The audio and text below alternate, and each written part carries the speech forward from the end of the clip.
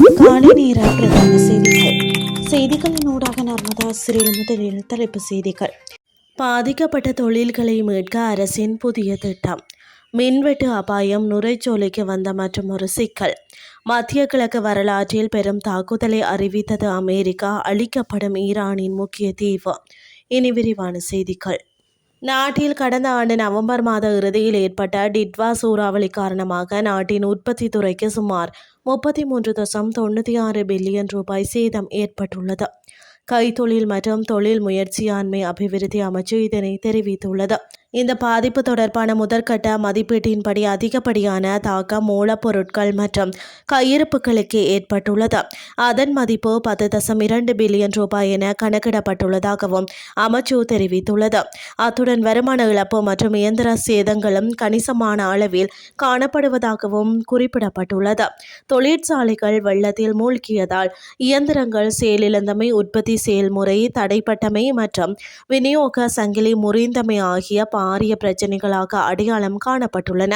இதேவேளை தற்போது அடையாளம் காணப்பட்ட கைத்தொழில்களை மேம்படுத்துவதற்காக கைத்தொழில் அபிவிருத்தி அனுசரணை திட்டம் ஒன்றை விரைவில் அறிமுகப்படுத்தப்பட்டுள்ளதாக கைத்தொழில் மற்றும் தொழில் முயற்சியாண்மை அபிவிருத்தி அமைச்சு கூறியுள்ளது.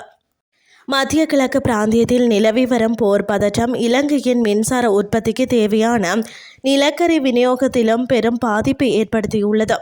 இதனால் நுரைச்சோலை மின் உற்பத்தி நிலையத்தின் செயல்பாடுகள் குறித்த கவலை எழுந்துள்ளது. நுரைச்சோலை லக்விஜிய மின் உற்பத்தி நிலையத்திற்கான 25 நிலக்கரி கப்பல்களில் ஏற்கனவே தரம் குறைந்த நிலக்கரியை கொண்டு வந்த 12 கப்பல்கள் சர்ச்சைக்குள்ளாகியுள்ளன. இந்த நிலையில் வளைகுடா பிராந்தியத்தில் ஏற்பட்டுள்ள போர் காரணமாக சர்வதேச கடல் போக்குவரத்து கடுமையாக பாதிக்கப்பட்டுள்ளது. இதன் விளைவாக மீதமுள்ள நிலக்கரியை விநியோகிக்க மே மாதம் 10ஆம் தேதி வரை கூடுதல் கால அவகாசம் வழங்குமாறு விநியோகஸ்தர்கள் கோரியுள்ளனர். சுமார் 900 மெகாவாட் உற்பத்தி திறன் கொண்ட நுரைச்சோலை மின் நிலையம் நாட்டின் மின்சார தேவையில் பெரும் பகுதி பூர்த்தி செய்கிறது. தற்போது ஏற்பட்டுள்ள இந்த விநியோக தாமதம் தேசிய மின் கட்டமைப்பில் பாதிப்பை ஏற்படுத்தக்கூடும் என அச்சம் வெளியிடப்பட்டுள்ளது. 2025 மற்றும் 2026ஆம் ஆண்டின் தொடக்கத்தில் இறக்குமதி செய்யப்பட்ட நிலக்கரி தரம் குறைந்ததாக இருந்ததாக எழுந்துள்ள முறைப்பாடுகள் ஏற்கனவே இந்த விவகாரத்தை சிக்கலாக்கியுள்ள நிலையில் தற்போதைய போர் சூழல் கூடுதல் நெருக்கடியை உருவாக்கியுள்ளது. இனி வெளிநாட்டு செய்திகள். ஈரானின் கார்க் தீவில் உள்ள அனைத்து இராணுவ இலக்குகளையும் அமெரிக்கா குண்டுவீச்சு தாக்குதலில் அழித்துவிட்டதாக அமெரிக்க ஜனாதிபதி டொனால்ட் ட்ரம்ப் அறிவித்துள்ளார். அவர் சமூக ஊடகத்தில் வெளியிட்ட செய்தியில் தனது உத்தரவின் பேரில் அமெரிக்க மத்திய கட்டளை மத்திய கிழக்கு வரலாற்றிலேயே மிக சக்தி வாய்ந்த குண்டுவீச்சு தாக்குதல்களில் ஒன்றை நடத்தியதாக குறிப்பிட்டுள்ளார்.